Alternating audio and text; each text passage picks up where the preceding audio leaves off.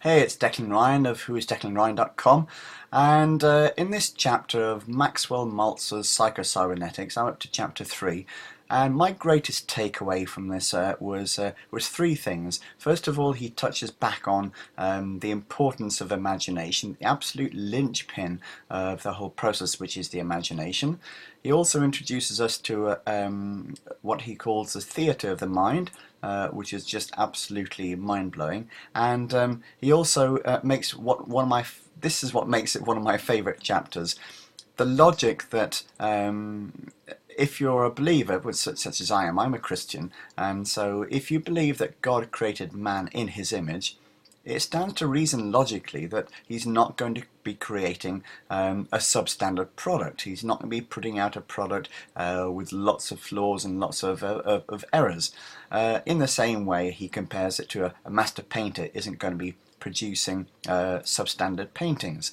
And but further to that, God also instructs us to not hide our gifts under a bushel, to not hide our gifts, keep them to ourselves, but to share them, to let our light shine so that they glorify God.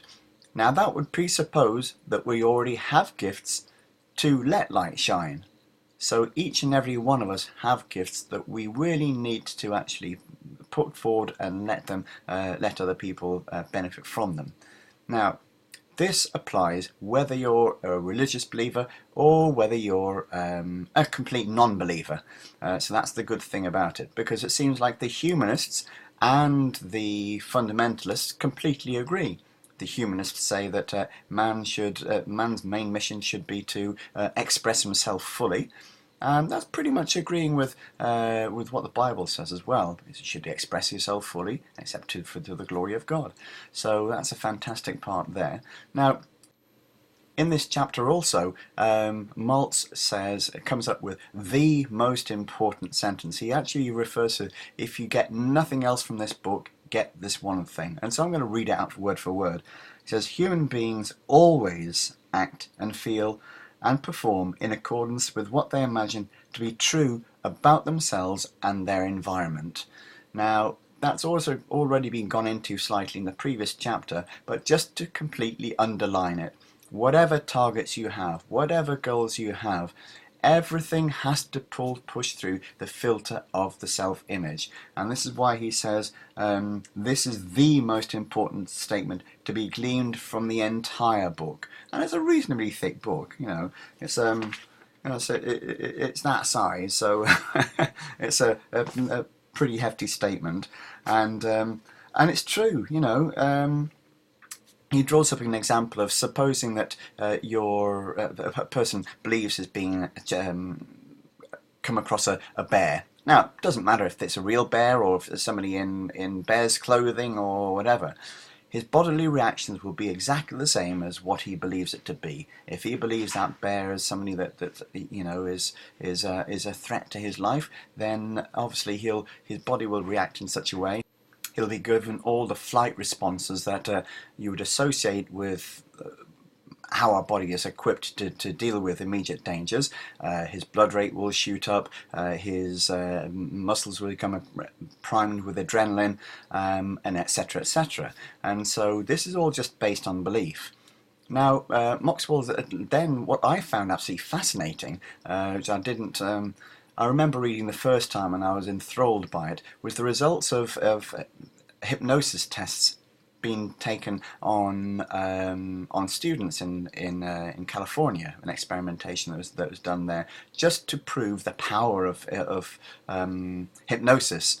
Now, these participants, if you like, were made to believe that they'd been burnt, or they'd made to believe that their finger was red hot, or they'd made to feel that parts of them were frozen, and their bodies reacted in exactly the same way as they would do as if they'd been really burnt or etc.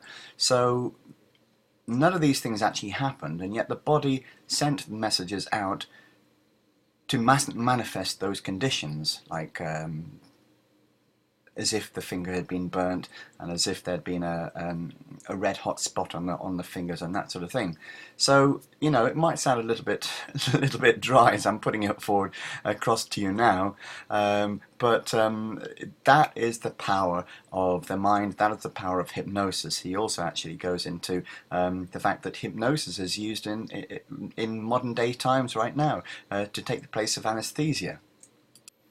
And so this all goes to illustrate that what you think about yourself or what you think about your circumstances or your environment carries far more weight than what is factually the truth.